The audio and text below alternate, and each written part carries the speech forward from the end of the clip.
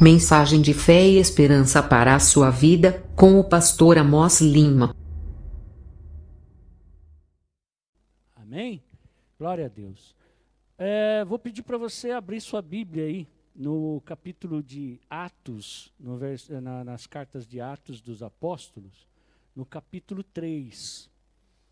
Uma passagem muito, mas muito já conhecida de todos nós, né? Quem já nunca ouviu falar, né, dessa passagem, a cura, né, de um coxo, né, que estava à beira, à porta da Formosa do templo. Né? Uma passagem muito, muito conhecida, mas eu creio que Deus vai fazer vai trazer algo diferente hoje para a minha vida e para a sua vida, amém? E se você crê, participa dessa fé comigo também, vai abrindo a sua Bíblia e vai preparando também. Não abra só a Bíblia. Como foi orado aqui antes, abra também o teu coração, abra também a tua mente, deixa Deus trabalhar na sua vida, que Deus vai falar grandemente com todos nós. A palavra de Deus que lá está escrita em Atos capítulo 3 diz assim: Pedro e João subiam juntos ao templo, à hora da oração, a nona. E era trazido um varão que desde o ventre de sua mãe era coxo, o qual todos os dias punham à porta do templo, chamada Formosa, para pedir esmola aos que entravam. Ele, vendo a Pedro e a João, que iam entrando no templo, pediu que lhe dessem uma esmola. E Pedro, com João fitando os olhos nele, disse: olha para nós. E olhou para eles, esperando receber deles alguma coisa. E disse Pedro: não tenho prata, nem ouro, mas o que eu tenho, isso te dou. Em o nome de Jesus Cristo, o Nazareno, levanta-te e anda. Amém? Só até aqui para não prolongar muito a leitura, embora já seja um texto muito conhecido de todos nós. Aquele homem, a palavra de Deus fala que ele era, desde o ventre da mãe, ele era coxo. Ele já nasceu com aquela deficiência, a qual ele não podia andar, ele não podia se locomover sozinho. Ele precisava de ajuda de outras pessoas para fazer isso. A Bíblia fala que já era um homem, então entendemos que ele já estava na sua idade adulta. Não diz quantos anos tem, mas como se trata de um homem, né, ele já está na sua idade adulta. Então podemos imaginar aqui que há muitos anos aquele sofrimento, aquela enfermidade, desde a sua nascença, está sobre a vida dele. E ele é colocado, ele é levado até a porta do templo, até o caminho ali, onde ficava a porta Formosa. E ele era levado por pessoas que se compadeciam dele de alguma forma, o levavam e o deixavam lá para que ele pudesse ali pedir esmola. Era a única maneira de sustento que ele tinha. A Bíblia não fala, não relata, mas dá para assim entender pela leitura que aquele homem buscava ali algo para sustentar a sua vida, para suster as suas necessidades, suprir as suas necessidades diárias. Ele tinha que pedir esmolas. Eu creio que até mesmo para comprar o pão de manhã, ele necessitava daquelas esmolas. Então, alguém se compadecia dele e falava assim: já que eu não posso te ajudar de alguma forma, ou financeira ou de outra forma qualquer, eu levo até lá. E essas pessoas o levavam e o deixavam lá no caminho, pedindo esmola.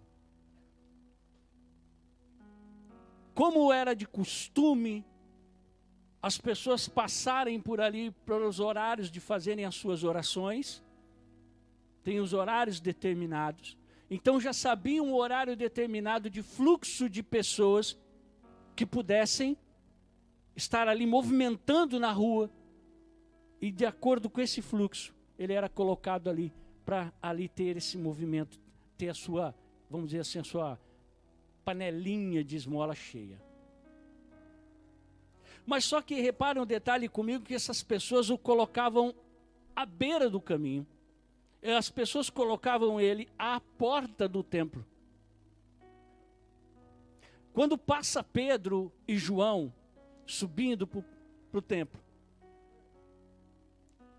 vem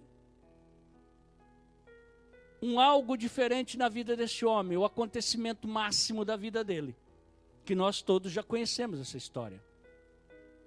Então Pedro e João passam por ele esperando também receber ali mais uma moeda, mais algum troco, mas ele recebe algo que ele não esperava.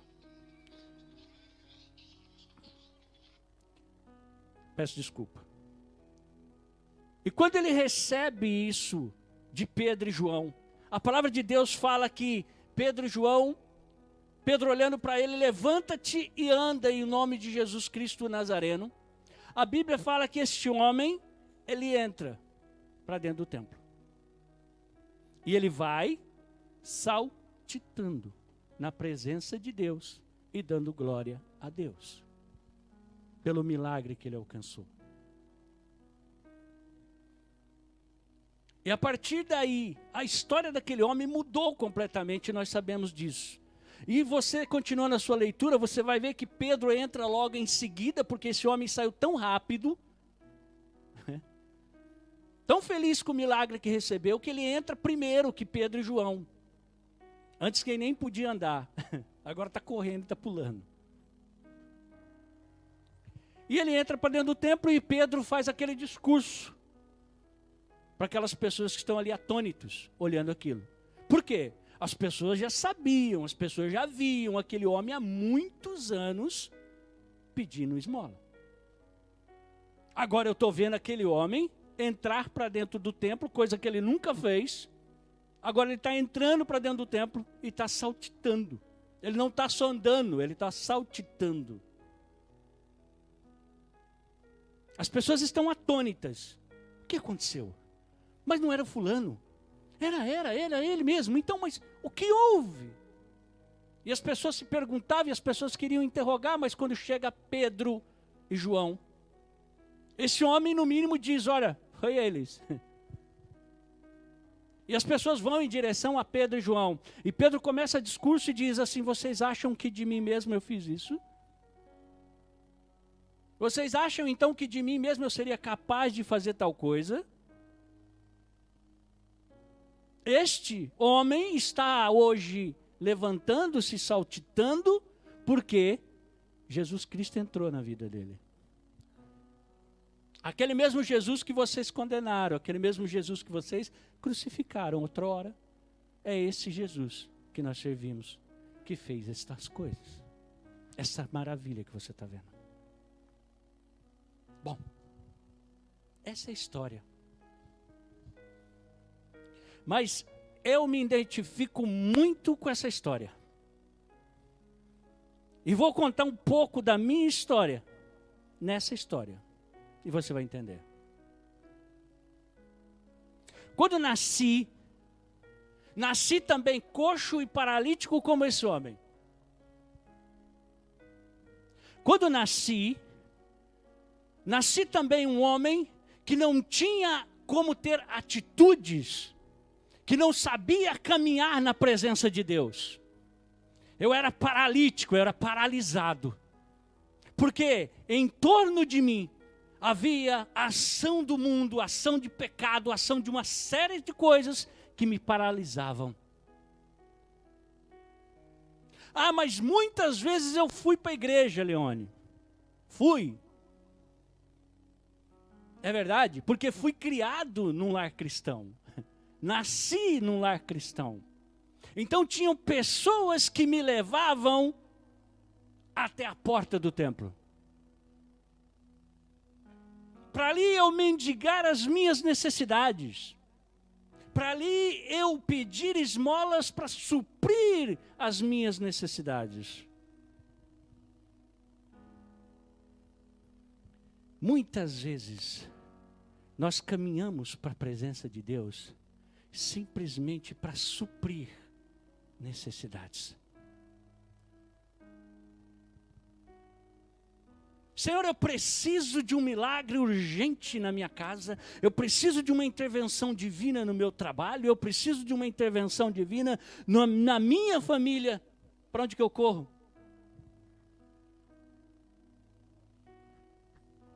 É para lá que eu corro. Ah, não, mas pastor, então está errado eu correr para a presença de Deus quando eu necessito de alguma coisa? Claro que não.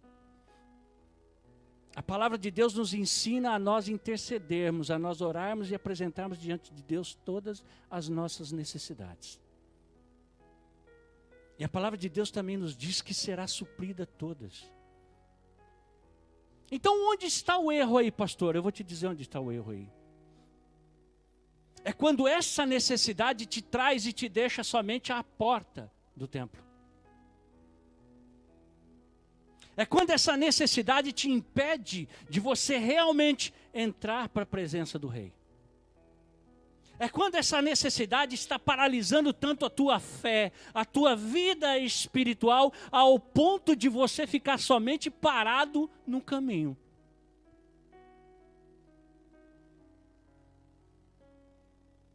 Eu não sabia do que ia acontecer na minha vida no futuro. Mas Deus também preparou um Pedro e João para passar no caminho onde eu estava mendigando. Deus também preparou pessoas que não tinham ouro e nem prata a dar a mim, mas tinham a palavra de Deus para entrar no meu coração, na minha vida e para mudar a minha história.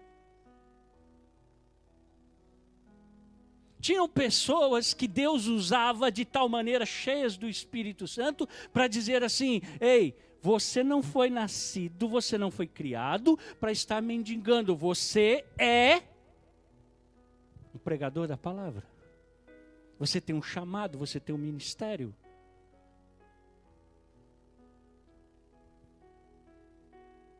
Pregador mirim. Então, quando eu estava trabalhando numa empresa, uma multinacional, e tinha um grupo que eles se reuniam na hora da janta, e lá eles faziam oração. E um dia me convidaram. E disseram para mim: vamos, Amós, vamos lá participar com a gente. Todo dia na hora da janta eles se reuniam e oravam. E lá estava o Amós, paralisado, pedindo esmolas, com um cigarrão na mão. Estava lá, fedendo a cigarro, fedendo a tabaco. Mas de mão dadas ali, nós orávamos. Aqueles jovens, aquelas pessoas, não estavam olhando para a minha deficiência. Eles não estavam olhando para o problema que estava me paralisando na presença de Deus. Mas eles estavam olhando para o milagre que ia acontecer na minha vida. Quando você olha somente para a dificuldade, para o problema, você está somente materializando ele, a existência dele. Mas quando você olha para ele e diz assim: eu estou vendo o milagre que vai acontecer aqui. Eu estou vendo esse paralítico sair pulando. Eu estou vendo esse coxo sair andando e glorificando o nome do Senhor. A sua percepção sobre aquela situação começa a mudar. E aquela situação começa a mudar. Estou eu com o cigarro na mão, o jovem olha para mim e diz assim: ei, eu não consigo ver você com o tabaco na mão, com esse cigarro na tua mão. Eu vejo você com a Bíblia aberta em cima de um púlpito pregando. A visão é outra. A visão do verdadeiro cristão, ela é outra. A gente tem que olhar para as pessoas e ver o milagre de Deus acontecendo. Materializar o milagre. A fé que move montanhas. É essa fé que vai mover a ação de Deus naquilo que você precisa. Quando aquele Pedro e João olharam para mim e disseram, eu vejo você pregando a palavra de Deus. O Espírito Santo de Deus tocou em mim em tal maneira, que eu falei, poxa vida, eu nasci num lar cristão, eu fui criado num lar cristão. Eu sei do meu chamado, eu sei daquilo que Deus tem reservado para mim. E eu estou aqui, mendigando. Eu estou aqui paralisado. Estou indo à igreja para quê?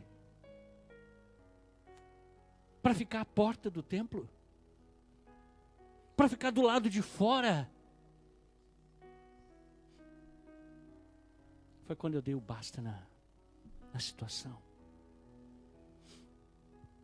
Foi quando eu entendi que aquele levanta e anda, toma a posição a qual Deus te chamou. Fica de pé na posição a qual Deus te colocou. E anda. E anda. Andar como? Andar sobre os passos da fé. Aprendi com uma amiga minha, Denise Amaral, se ela estiver até nos assistindo, não sei se está. A Denise, ela dizia assim, eu dou o passo e Deus dá o chão. Eu dou o passo e Deus dá o chão. É o passo de fé. E a nossa caminhada com Deus também é um passo de fé. É o caminhar, é o dar o passo e Deus dar o chão. O mundo não vê onde você está pisando. Aliás, o mundo nem conhece o caminho que você está trilhando. Mas você sabe muito bem daquilo que Deus tem proposto na tua vida. Você sabe muito bem que o Deus que te chamou não é para você ficar à porta do templo. É para você entrar na presença do Rei. É para você estar na presença do Altíssimo. Quem fica do lado de fora são aqueles que não são convidados. Ou que não fazem parte de um plano. Ou que não fazem parte daquela festa, daquele mover. Esses ficam do lado de fora. Está escrito também que esses também vão ficar. Mas nós já cantamos aqui hoje o valor que está sobre nossas vidas, sim ou não? E nós sabemos que nós fomos chamados para estar na presença do Altíssimo.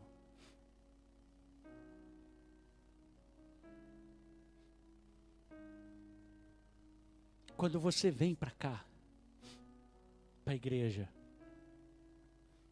não deixe que esse problema te atormente tanto, ou tire tanto a tua concentração, a tua espiritualidade, ao ponto de você ficar somente lá do lado de fora. Às vezes você está aqui, mas a sua preocupação, a tua cabeça, está tudo ligado lá fora, com o externo, com o que está acontecendo, ou com o que há de acontecer. Mas a palavra de Deus também nos ensina, não andeis ansiosos por coisa alguma.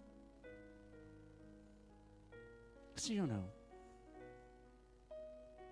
Por quê? Porque Deus conhece todas as nossas necessidades e as supre.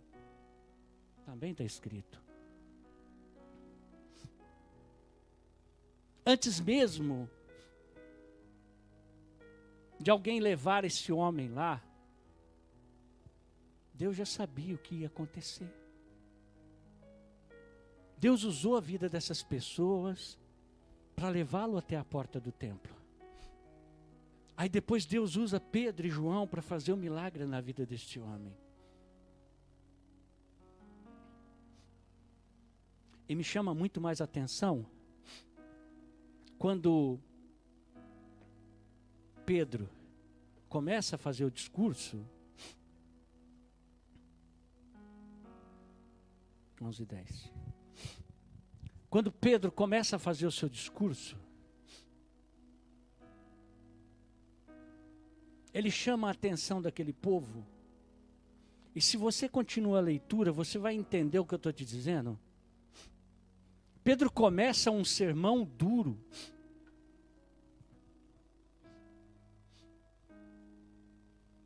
Só que quando ele olha para aquele povo, ele lembra-se do que Jesus Cristo falou com ele lá na praia e disse para ele assim, Pedro, você me ama? E ele disse, amo o Senhor. E isso é repetido por 3 vezes. Até que Jesus diz aí, ele fala assim, Pedro, tu me amas? Amo o Senhor. Então, cuida das minhas ovelhas. Apacenta as minhas ovelhas. Por que eu estou falando isso para você?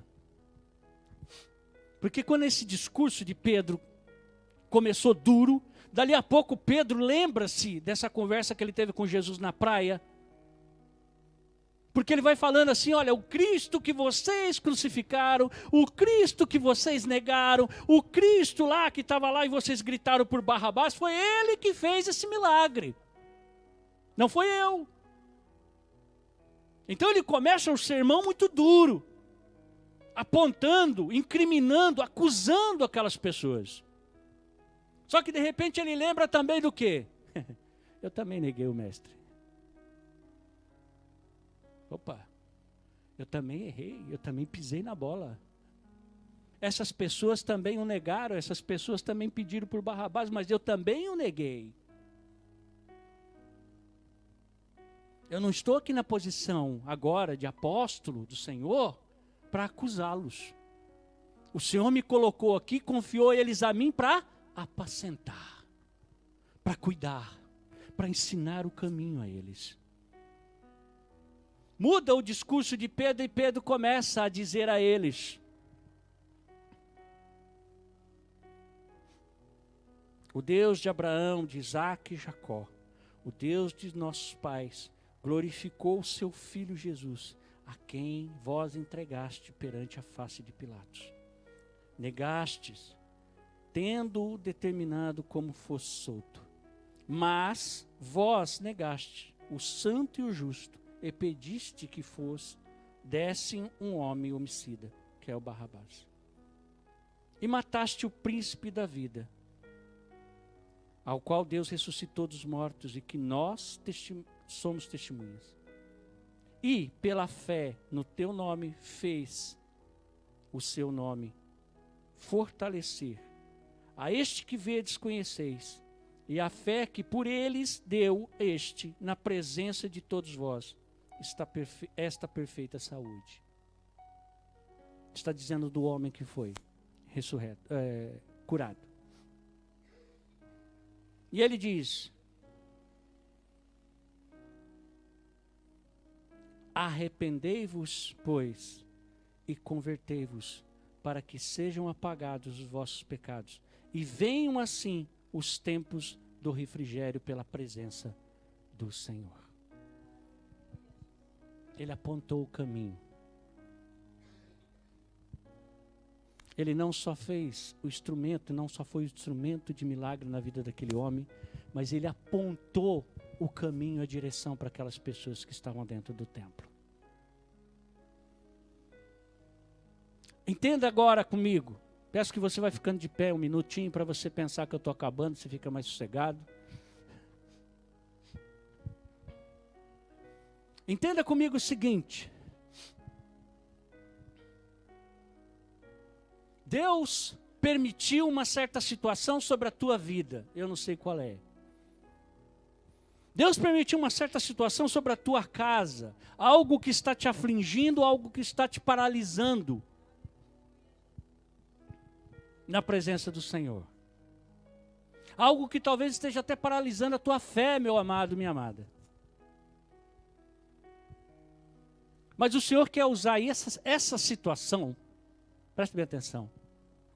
O Senhor vai usar essa situação para que todos que conheçam, que tenham conhecimento dessa situação, vejam a alegria de Deus na tua vida.